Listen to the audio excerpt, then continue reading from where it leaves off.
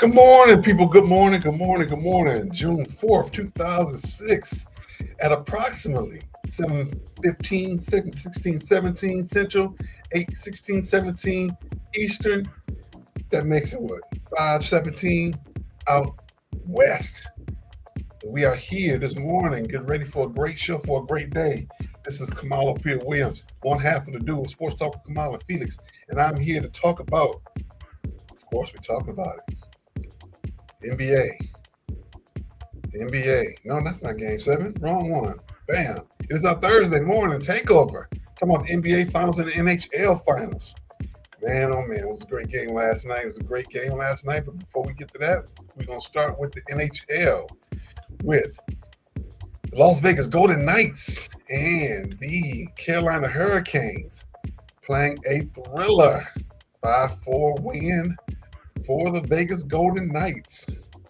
Excellent game for both teams. Both teams played very, very well, played hard against each other. And let's see here. Let me get the goals going. Let's see here. Let me see if I can find that information. So let me see here. Oh, nice. Let's see here. That stuff up in front of me.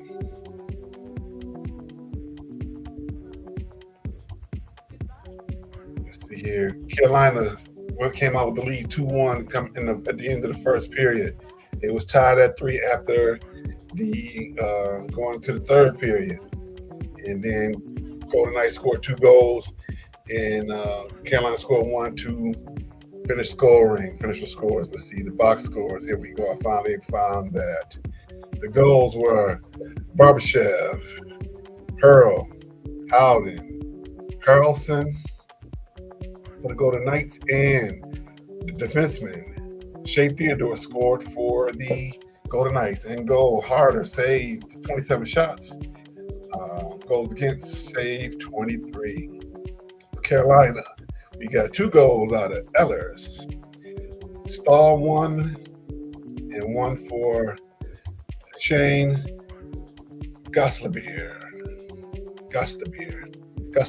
excuse me. Hope I'm not ruining that name too bad. Frederick Anderson was in goal for the Hurricanes with 23 saves, 5 goals against, 783 save percentage. Really, really good game. Vegas looking to win. It was just their third Stanley Cup in 5 years. Here. Let me look this up right now. Vegas Golden Knights Stanley Cups. Let's see here. So they've been in the league since 2018. Their first ever year as a franchise. They went to the Stanley Cup, falling to the Capitals in 5 games. That's what makes me mad. They've been since 2018. My Detroit Red Wings, they ain't been to the playoffs during that time. And they won a Stanley Cup, and they beat the Florida Panthers in 2023.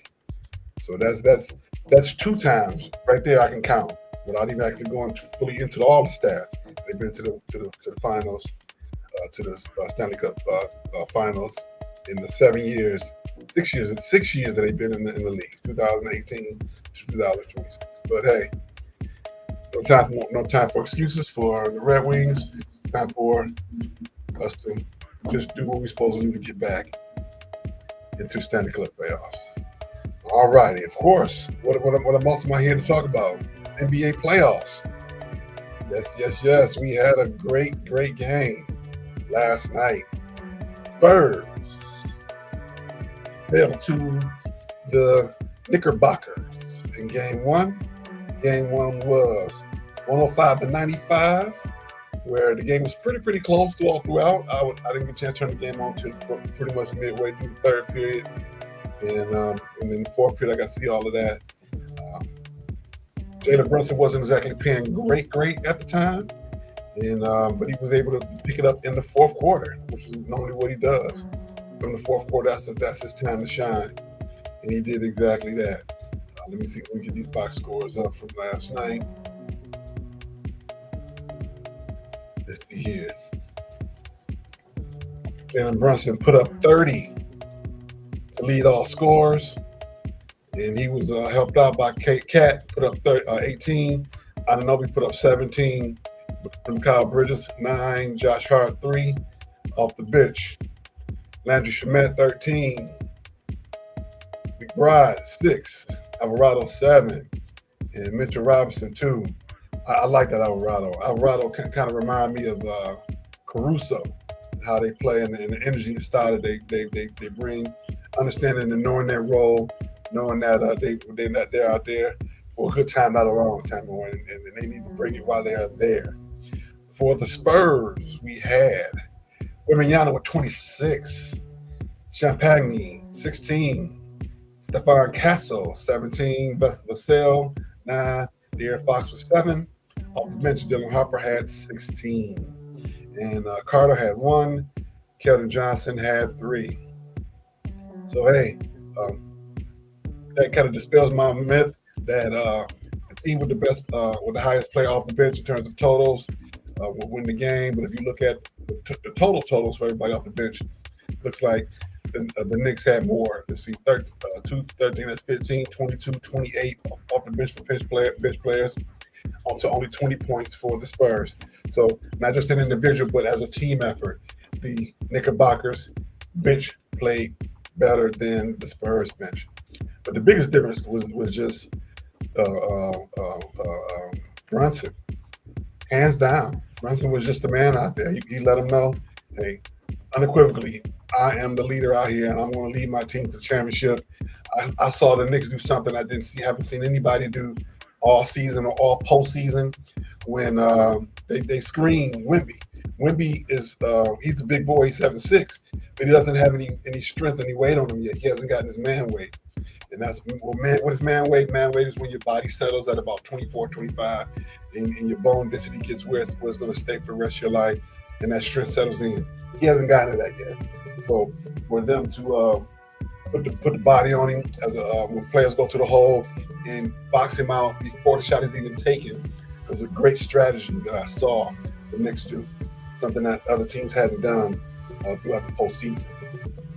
So hey, kudos to them for being smart enough to make that move and to keep the lane clear for Brunson to get in there. Don't get me wrong, he was still Wembanyama, the Merovingian, was still able to go in and affect the game with his shot blocking ability. But it was a good strategy for the Knicks to employ. Good morning, big brother. How you doing, sir? Good morning. Welcome on the YouTube side. We got people here this morning saying being a part of the show. Don't forget we are on Facebook, YouTube, LinkedIn, Instagram, Twitch, Twitter, the Roku channel, the Apple TV network, and on TikTok. For some reason, I still cannot get this Instagram to work. I've been trying different times to put the link in. I'm gonna figure it out. I'm gonna get it. If I have to, my next step is to go in and change all my passwords. I think that's the next thing I'm gonna try changing my passwords for both the accounts. Maybe somebody trying to. Maybe I got too many accounts out there. Somebody trying to hack me and see what I'm doing in the background. But that's what you're doing. That's not what you're doing. You're trying to see what I'm doing. Trying to see me. Just come ask me. I'll tell you what you want to know. Nah, I'm just messing around. But that's the next thing I'm gonna try to make sure that link is working. Everything else is coming up pretty good. Don't forget, we will be back Saturday morning, 10 a.m. Central, 11 a.m. Eastern, on all those socials. And we won't be live. We'll be live by the way at Memorex. Felix still has a couple games left in this season with the team that he's coaching, the little kids that he's coaching. So we want to make sure we make room for that. And we're going to be coming live by way at Memorex.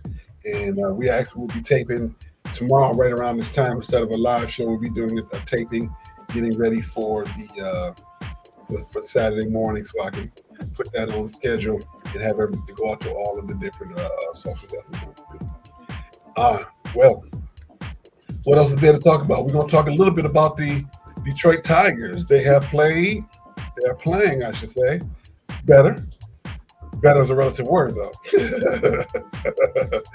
Better is a relative word. They are now 25-38. They won 3 in a row, 5-5 over the last 10 games. And let's see here. They beat the Rays. What day was that? They beat the Rays 10. Let's see when it was. They beat the Rays in their last game. They beat the Rays 7-2. And so let's hope they keep that going.